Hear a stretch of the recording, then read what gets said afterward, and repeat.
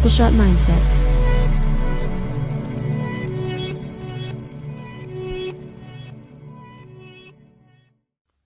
Welcome back, Kevin.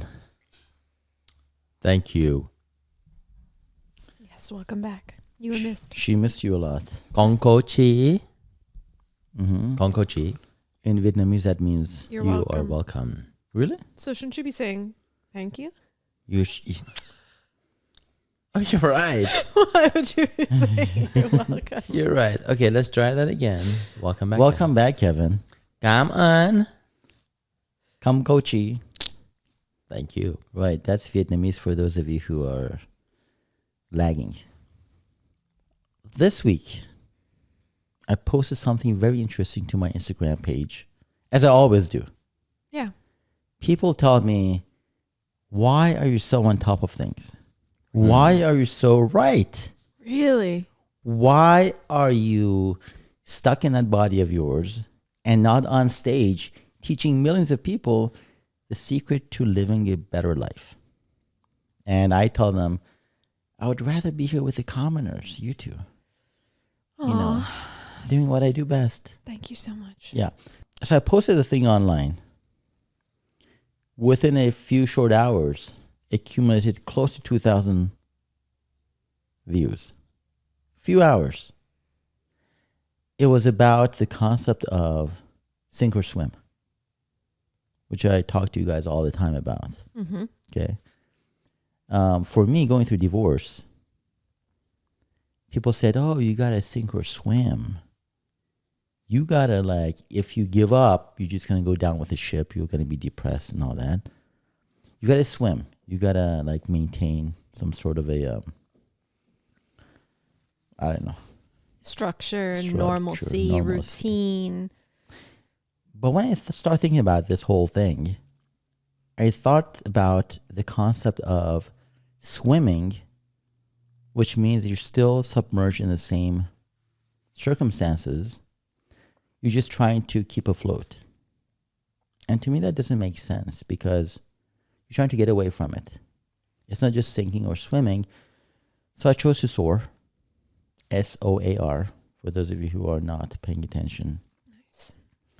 And it takes a lot more effort, takes a lot more time, takes a lot more discipline.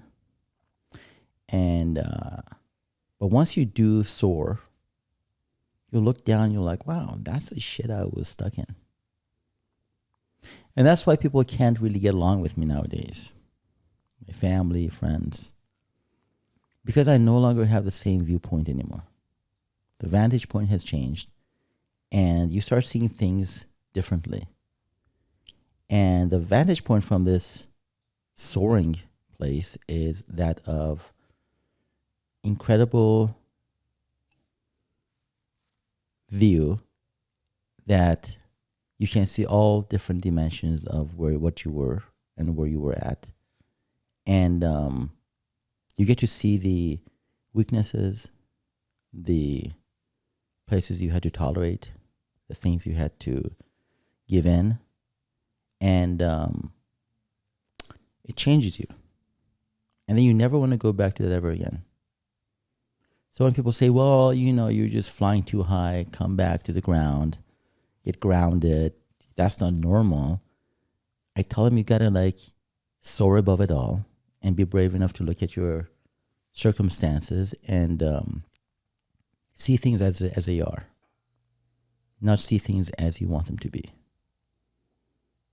Yeah, because there's grounded and then there's in the ground. Mm-hmm. And I think a lot of people are already living like with a 1 foot in the grave mentality, which is like, oh, it's too late for me. I'm too old. Like, my time is up. Why change? Why do anything? Why rock the boat? Why rock the boat? Just keep it status quo. And my favorite subject, as Kevin can allude to, right, is a T word. Oh, I know this too. Really, what is it? Trajectory. You? Yeah, same thing. Yeah. And T, right? Trajectory and T. Like as in testosterone? No, as in like green tea. Like this tea. Yeah. But trajectory is really, really important in my viewpoints, is that when people have a foot in the grave or they've accepted their life as being a certain way, the longer they wait, the closer they are to the finish line, death, right? And the huge overcorrection is going to be devastating, right? Everything's going to go flying off the shelves and the car could flip over because they've waited so long to overcorrect. And so when I look at myself, I'm like, well, I'm 50 years old. I'm glad things happened to me when they did. Because if I would have lived a life that I wasn't completely happy with, completely content with, I would have overcorrected in a weird way 10 years from now, 15 years from now. That would have torn the fabric of my family apart. My kids would have been traumatized. And I would have been driving a red Corvette, hanging out with blondes at the pool hall. So once you decide to make that shift, trajectory, soar, all those things, if it happens at a good time in your life that you still have time to enjoy the second chapter, that's ideal. So I know a guy who is in the middle of a divorce right now. He, I believe, is 49 years old. He is separated, so not living with his soon-to-be ex-wife, not really seeing his kids because he can't, because there's like social services and some other things that have gotten involved. So he's like in this stage where he's starting over for himself as almost like a single man. Like life just like put him in that. So what's the advice that you have for someone who's at the beginning of the sink or swim? Because like you said, when you're swimming, it could just be treading water. Like you're just trying to keep your head from going under and losing your mind and everything. Because life just 180 degrees, you're looking at something you've never seen before or you haven't seen in a long time. Well, I emotionally anchored myself to something beyond myself that I had to reach to. Like what specifically was it for you? What idea? Oh, trajectory. Well, for me, when I first got a divorce, I had to prove to my ex-wife that I was better than what she thought I was. That I was the ambitious guy. I just needed a little shake, right? And after that, after like 2 months, I'm like, why am I doing it for her? I would do it for myself and my kids. So then the idea of creating a life for my kids and my parents and my brother and my friends that I could provide for them in a sense that whatever they want, they can have. Not to spoil them, but give them a bigger house, experiences and vacations and whatever. And that feeling became my anchor. So I'm like, if I just sink or swim or be submerged in the same crap, I'm just going to be like living the status quo, like the minimal effort. And I'm going to end up in the same place that I did with the ex-wife. So for me was, I don't want to impress another woman. That's not the reason I'm doing this. I just want to push the limits of what I'm capable of. And as you saw a few days ago, I said, I want, not that I'm, a sadistic weirdo, but I want to experience pain to a point that I can overcome it and feel better and go to the next level. So even if I'm working out, I'd rather do the extra 10 reps. I'd rather do the extra 5 pounds. I'd rather do things that will push me to the limit. And I like to see myself break out of another shell and go to the next one. I love that. Yeah. I have a theory on that whole thing. Can I say it? You man. It's just a baby theory, but I was just writing about it in the context of AI on my Medium page. This idea that the reason why robots will eventually win is because humans are addicted to pleasure. This was my thesis. I was just writing it for fun. And I thought about it. I feel like if we seek out too many pleasures in the course of any day, and a day is a good place to start because a day turns into 2 days, turns into a week, into a month, into a year, and into your whole life. So if we seek out too many pleasures in a day, eventually there's going to be some huge, like, painful course correction. That's what it feels like. Like, so somehow the universe becomes imbalanced within. Whereas if you seek out a mixture of pleasure and pain, like, okay, I'm going to eat a nice meal, but then I'm going to work really hard for 5 hours, and I'm going to, like, I know it's uncomfortable, but I'm going to do it because it needs to be done. it's like it self-corrects. And then you have this like buoyant, you'll never experience like the universe slapping you in the face in a course correction if you just kind of keep it balanced on the day to day. So when you say you're seeking out pain now, in a way, you're not seeking it out because you're a masochist. You don't want to hurt yourself. Well, I mean, we can talk about that later, but you're seeking it out because you're ready to experience, like to go through it, to build your own strength, to test your mettle, to see what your character is made of. Yeah. I think that's so rare. I think it takes grief to get someone to the point where they're open to doing that. Yeah.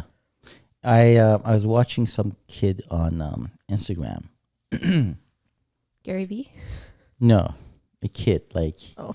25, 24, 23, 22. Justin Bieber? No, it was just a kid. And he was talking about why is it that people go through life seeking pleasure? All the children's books they read, they end happily ever after. Like everything that they experience is like happy, pleasure, dopamine rush. Yeah. Rarely do you see people like putting themselves through like a camp Yeah. to push themselves and break and cry and become stronger as a result. And so I don't think for me, like if this wouldn't have happened to me, I would have been in that camp that like, oh, well, pleasure and normalcy is great. I don't want to rock the boat. Yeah. But now that I'm like, well, I survived that, I should be able to survive other things. Yes. I also think that, at least speaking for myself, I was raised by a generation that really had to work for pleasure. It was not easy to come by. Like they had to bleed, they had to sweat, they had to cry. My grandma, she immigrated to this country. My mom came when she was 6. And my grandma had no money. Like she had to start as a seamstress from scratch. She had no husband. She left one of her kids in Cuba. And literally blood, sweat, and tears. She would cry every night. Then she'd go to work sewing. She'd be breaking her fingers on the sewing machine. And she built for her. But that was hard. So the pleasures you had to earn. Nowadays, I don't think we really have to earn any pleasures. Like you could just turn on Netflix, order food in. Like all kinds of videos are available on the web. You can get pleasure without any character building required. Yeah. So it's like very skewed. It's too easy to get comfortable now, I think. I think that's one of the reasons a lot of relationships fall apart, both business relationships and personal relationships, because people get comfortable. They get comfortable just like getting a paycheck from a client or from their employee. They get comfortable just, being there with their wife or husband and ordering food in. It's very comfortable to like just lay down and just eat in paper plates and, fart in front of each other, right? Yep. And then you're going to look back at that life, you're like, what was that? Like, I could have just been a single person and done the same things. So one of the things I decided to do for my next chapter is to treat every day, whether it's from a business standpoint or a professional standpoint, with a clean slate, and treat it as if it's my first customer or if it's my first date. Because then you're going to put in the effort, and it's going to be difficult. Day 38, day 725, day 3088. But if you maintain some sort of a standard and you uphold yourself to that and uphold your wife or customers to that, you can grow from that, because then you want to do better. You want to do better. And most people do worse and worse as time goes on. They get more comfortable. They start, as I said, they fart in front of each other. They eat in paper plates. They start calling each other names. And you got to be still friendly. You got to be all that, but you got to push yourself. You got to treat every day as if it's your first date. Like the things you do on your first date, you're agreeable, you are polite, you are loving, you are caring. What happens if you carry that into date 2 and date 5 and after marriage and after the kids, and just treat yourself and each other with respect? So, sink, swim, or soar. I take soar any day. I love that. Yeah. What says you? I have a lot to say. Oh, good. I love it. Going back to how you started this show, you said you've pissed off family and friends, or they don't like who you are anymore. I'd like to know what you mean. Oh, Oh, are you related to him? I am, but when he says that, those who love him, support him. They don't get pissed off because he has a better mind now, better perspective, stronger perspective. So you don't piss off anybody. I think the only people that get pissed off are those people who never loved you anyway, never cared for you. So you have not pissed off anybody. I can tell you that. We see you growing, and I think we're happy. But I think your growth, you can tell others, for example, person like our mom, you can tell her about that, but you can't expect those people to also have the same growth mindset. So where you say that maybe some people's feathers get ruffled is in the fact that maybe you expect others to also have the same epiphany. But when they don't, I don't think anybody's pissed off. I don't think anybody's, abandoning you. You're still in the circle. And I think everybody supports you. So I think you should look at it that way. Not everybody's ready to change, and not everybody's ready to listen to wanting to change their perspective on things, to see their own faults. But it doesn't mean that they're like, oh, screw you, you're now different, we don't like you. I think everybody inside of them, something goes off and says, you know what, maybe I should look at myself. But the fact that they push back isn't necessarily like, sorry, don't want to be associated with you. It's maybe because they don't want to hear the truth. And at some point, you shouldn't tell people, especially those who are older and set in their ways, how to think or why they should do things differently, because they just do. So I think maybe the abrasiveness or the, you pissed off some people along the way, maybe it's because you told them how they should feel or how they should act. But in reality, I think your reality is yours. You should be proud of it. We're proud of it. And I think it comes to when you tell others, hey, you're doing things wrong, this is how you should look at it, that those who aren't ready for change will kind of push back. do you remember the movie by M. Night Shyamalan. The Village? Heck yeah. Right? So I see my life like that, right? I see my new transformation like The Village. I was in the village, and I, went through all these, don't pick a red flower. It's gonna, the goblins are gonna come out. Don't do this, don't do that. Don't go beyond those trees. Don't go beyond that wall. And I kind of feel like that was how I was. And I'm not saying I feel like people are pissed off at me in that sense. I just feel like they push back against certain things that I've seen and experienced.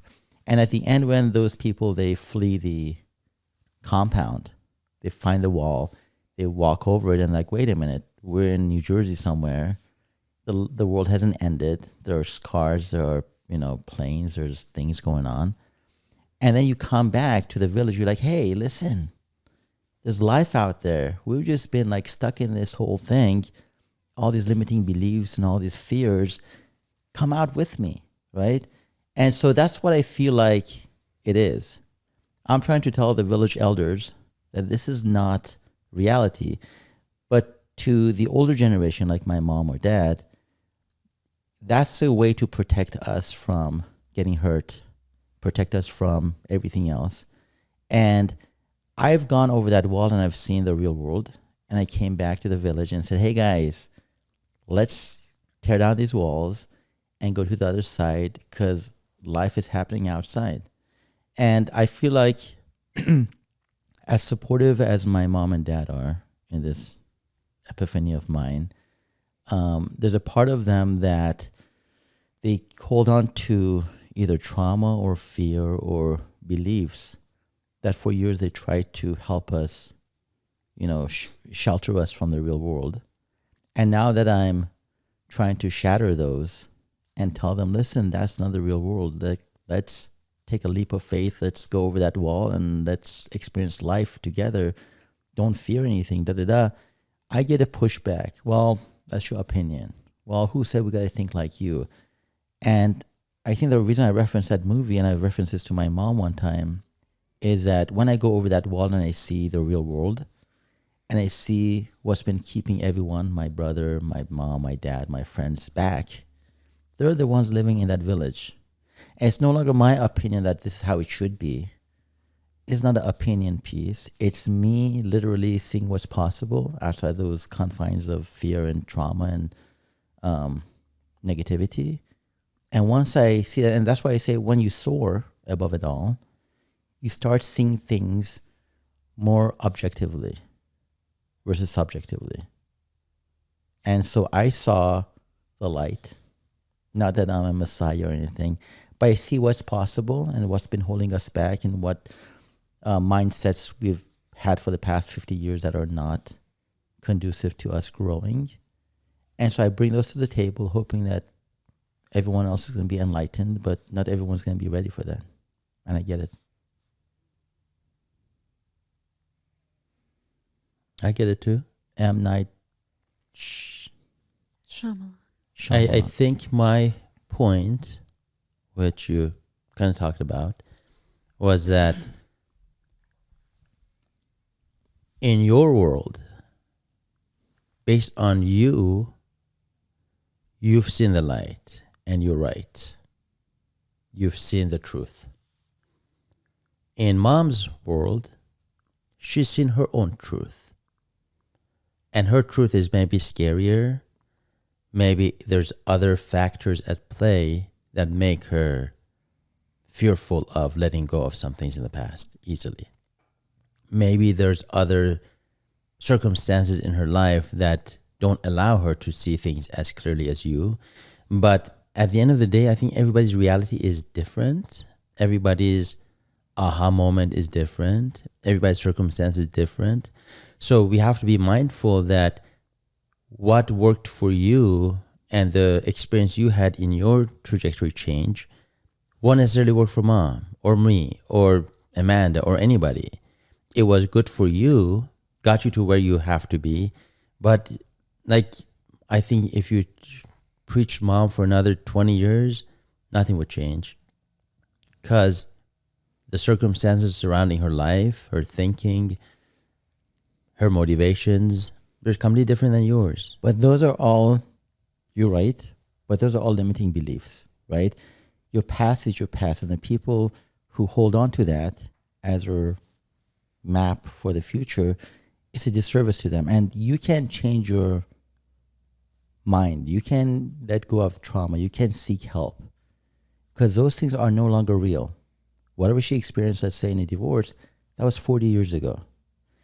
And the fact that she doesn't want to let go of them because it substantiates certain parts of her decisions and certain parts of her life, I think that's a disservice to herself. And I see it on her face. I see it on her body. It's affecting her. So everyone can have a bad past. You know, you could have had a bad past and my mom could have had and I could have had. But when I had a choice to either let that define me for the next 40 years of my life and make me go inward and not be social anymore and hate women and, just be bitter, I chose not to be. That's why I said you can sink, swim, or soar.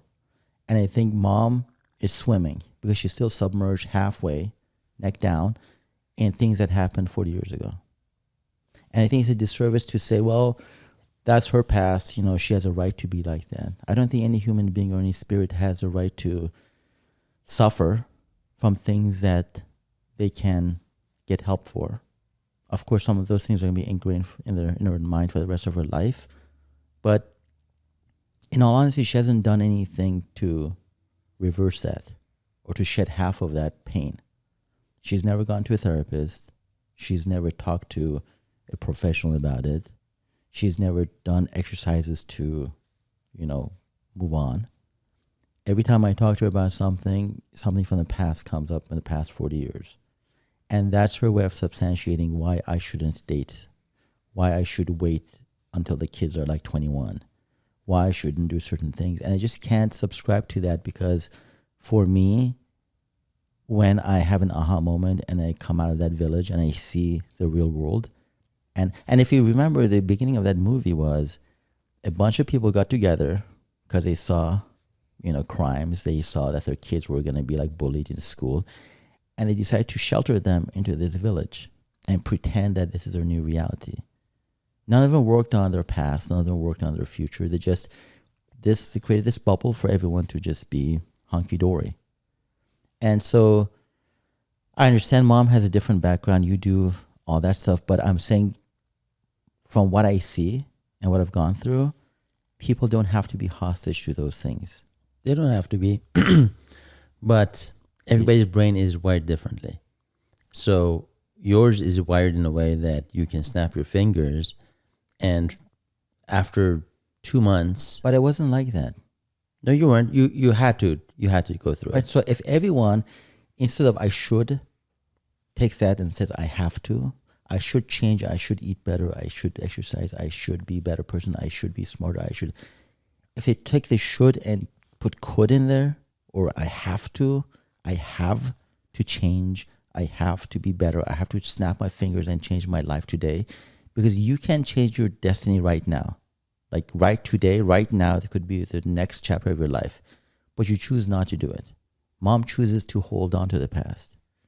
And I think for people who are in the village, stuck in there, to them, that's a limiting belief.